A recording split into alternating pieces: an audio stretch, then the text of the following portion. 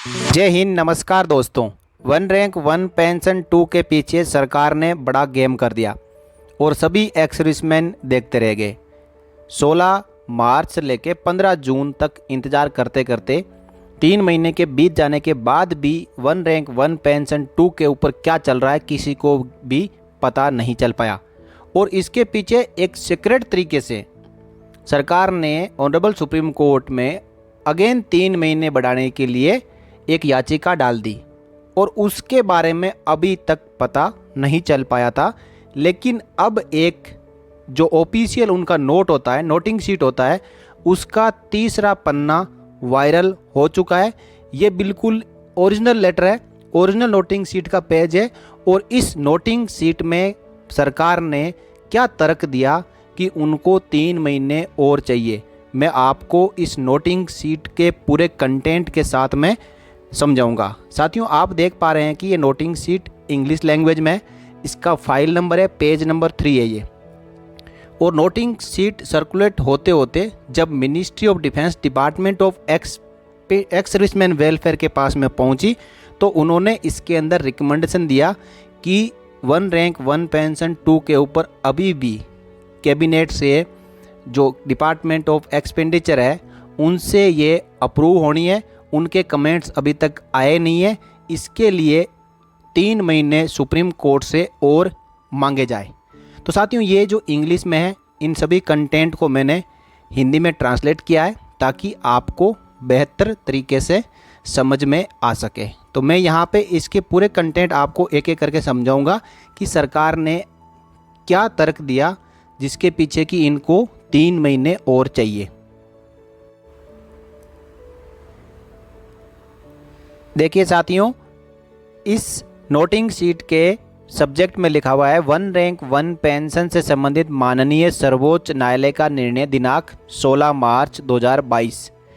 इसका जो पैराग्राफ 1 है उसमें इन्होंने बताया माननीय सर्वोच्च न्यायालय ने 16 मार्च 2022 को OROP से संबंधित याचिका 416/2016 रिट में निर्णय पारित किया है।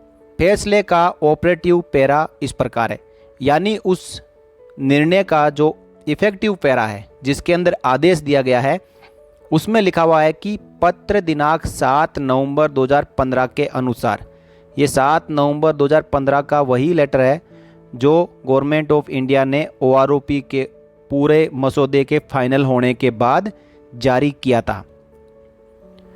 पत्र दिनांक 7 नवंबर 2015 के अनुसार OROP का लाभ 1 जुलाई 2014 से प्रभावी होना था।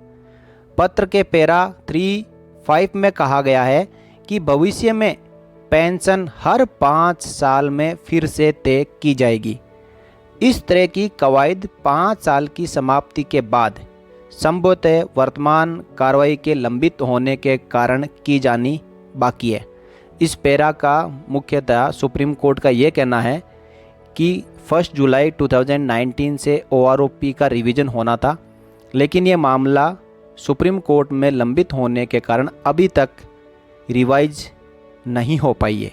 जो OROP 2 है वो सरकार द्वारा जारी नहीं की गई है। आगे सुप्रीम कोर्ट ने कहा है कि हम तदनुसार आदेश देते हैं और निर्देश देते हैं कि दिनांक 7 नवंबर 2015 के पत्र के संदर्भ में 5 वर्ष की समाप्ति पर दिनांक 1 जुलाई 2019 से एक पुनः निर्धारण अभ्यास किया जाए। सशस्त्र बलों के पात्र पेंशन भोगियों को देय बकाया की गणना की जाएगी और तदनुसार 3 महीने की अवधि के भीतर भुगतान किया जाएगा। ये 16 मार्च 2022 के जो फाइनल जजमेंट था OROP के ऊपर, उसके अंदर ये फाइनल डिसीजन सुप्रीम कोर्ट ने दिया था कि 16 मार्च 2022 से लेके 3 महीने के अंदर अंदर OROP रिवीजन, जिसे हम OROP 2 कहते हैं, उसका पूरा लाभ सभी पात्र पेंशन भोगियों को दे दिया जाए। ये दोनों पैराग्राफ यहाँ पे department of ex serviceman welfare ने कोट किए हैं और अब इन्होंने अपनी राय आगे कही है। सुप्रीम कोर्ट ने तो अपना फाइनल जजमेंट जारी कर दिया था कि 15 जून 2022 से पहले सभी पात्र पेंशन भोगियों को ओआरओपी रिवीजन का लाभ मिल जाना चाहिए और सरकार द्वारा दे दिया जाना चाहिए। लेकिन इसके पीछे जो बड़ा खेल हुआ था, जो सरकार की तरफ से इसके ऊपर कोई भी बात उजागर नहीं की थी, वो इसी पैरा में लिखी हुई है। देखिए इसमें क्या लिखा हुआ है। यूएस, इसे अंडर सेक्रेटरी बोलते हैं, कानून और पेंशन 2 द्वारा department secretary pension policy pension legal के साथ हुई चर्चा के अनुसार ये उल्लेख करना उचित है कि इस मामले में कैबिनेट नोट विचाराधीन है, क्योंकि वे विभाग की टिप्पणियां अभी तक प्राप्त नहीं हुई है। वे विभाग की टिप्पणियों को शामिल करने के बाद कैबिनेट नोट कैबिनेट की मंजूरी के लिए कैबिनेट सचिवालय को भेजा जाएगा, जैसे कि इस अभ्यास में समय लगेगा।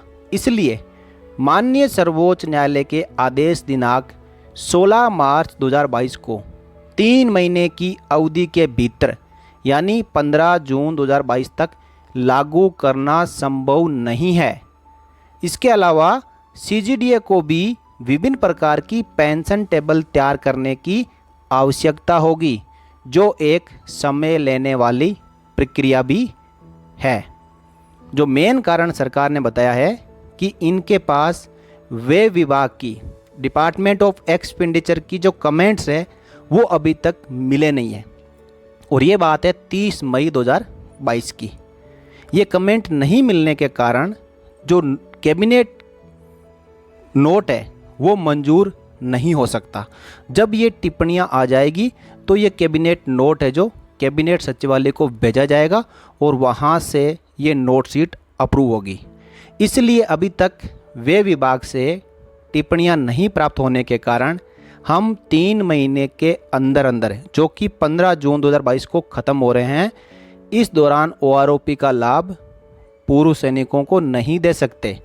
और यदि हम ने सैंक्शन दे भी दी तो इसके बाद भी सीजीडीए को कई प्रकार की पेंशन टेबल बनाने के लिए समय लगेगा। इसलिए इन्होंने additional solicitor general of India से मांग की है कि उपरोक्त के आलोक में हम माननीय सर्वोच्च न्यायालय के पूर्वोक्त आदेश के कार्यान्वयन के लिए 15 जून 2022 से आगे 3 महीने के लिए समय मांगने के लिए लैंड एएसजी से अनुरोध करते हैं।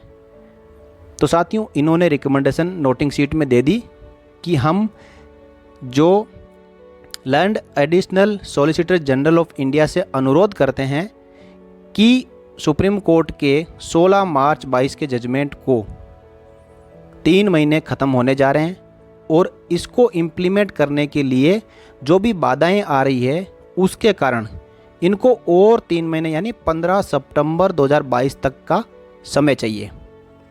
और ये सब चीज़ें हुई 30 मई 2022 को। ये नोटिंग शीट भारत सरकार के department of ex serviceman welfare में 30 मई 2022 को आप यहाँ पे देख रहे हैं, जितने भी ऑफिशियल्स हैं उन्होंने 30 मई को इसके ऊपर साइन किए, और 31 मई को इसके ऊपर जो department of ex serviceman welfare है उनके सेक्रेटरी बी आनंद जी ने साइन किए थे, और उसके बाद ये चली गई एएसजी के पास।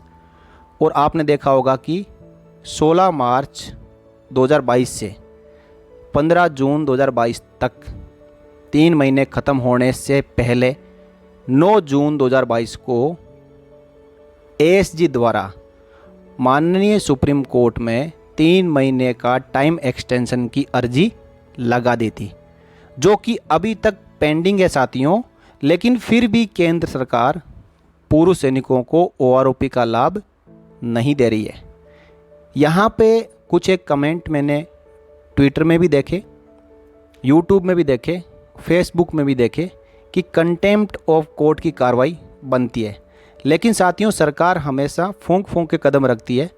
उन्होंने इस पेटिशन को, जो याचिका है, उसको सही समय पे सुप्रीम कोर्ट में पहुंचा दिया था। अब सुप्रीम कोर्ट में ये याचिका रजिस्टर होने में, लिस्ट होने में समय ले सकती है, लेकिन उनके पास इसकी रिसिप्ट ज़रूर है। इसलिए इसके ऊपर कंटेम्प्ट ऑफ कोर्ट की कार्रवाई नहीं की जा सकती और सरकार की मंशा के अनुसार ही आपको OROP 2 का लाभ मिलेगा। तो साथियों, जो भी आपको मैंने अभी दिखाया है ये नोट शीट बिल्कुल करेक्ट है, ये फेक नहीं है, क्योंकि कई जगह पर इसको फेक भी बताया जा रहा था। लेकिन ये पूरे जो नोटिंग शीट है उसका तीसरा पेज है, एक्सट्रैक्ट है, जो कहीं से वायरल हो चुका है। तो साथियों, एटलीस्ट वायरल होने से हमें इसके बारे में पता तो चला कि इसके पीछे सरकार 3 महीने क्यों मांग रही थी। हो सकता है साथियों सरकार का वैलिड रीज़न हो कि कोई भी ऐसा काम जल्दबाजी में ना करे जिसकी वजह से आपको जैसा OROP 1 में कुछ विसंगतियाँ रह गई थी वो फिर OROP 2 में देखने को मिले। तो साथियों, 3 महीने जो मांग रहे थे वो अब जल्द ही ख़त्म हो जाएंगे। तो आशा के अनुरूप कुछ समय और इंतज़ार करते हुए OROP 2 का लाभ सही तरीके से देने की हम सरकार से मांग रखते हैं, ताकि जितने भी प्रकार की मांगें पूर्व सैनिकों की है, जहाँ कहीं पे बाद में जो आए उनको पेंशन कम मिल रही है, या पूर्व के सैनिकों को पेंशन कम मिल रही है, या साथियों MSCP का जो लाभ देना है उसके बारे में है, या सूबेदार की पेंशन कम है या नायब सूबेदार की ज़्यादा है, इन सभी विसंगतियों को दूर करते हुए सही एवं सटीक पेंशन टेबल की हम मांग करते हैं साथियों। तो साथियों, मैंने आपको पूरी जानकारी एक एक शब्द वाइज समझा दी और यही कारण था कि आपको OROP 2 का लाभ 15 जून 2022 से पहले नहीं दिया गया।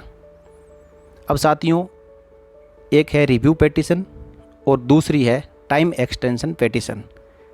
अब इन दोनों के ऊपर फैसला होना बाकी है और वो हमें आगे आने वाले समय मिलेगा।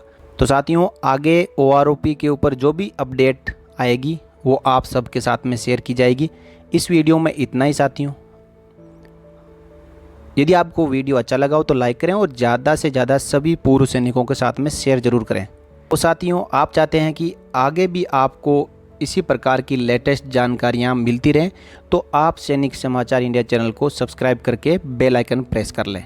जय हिंद, जय भारत, वंदे मातरम साथियों।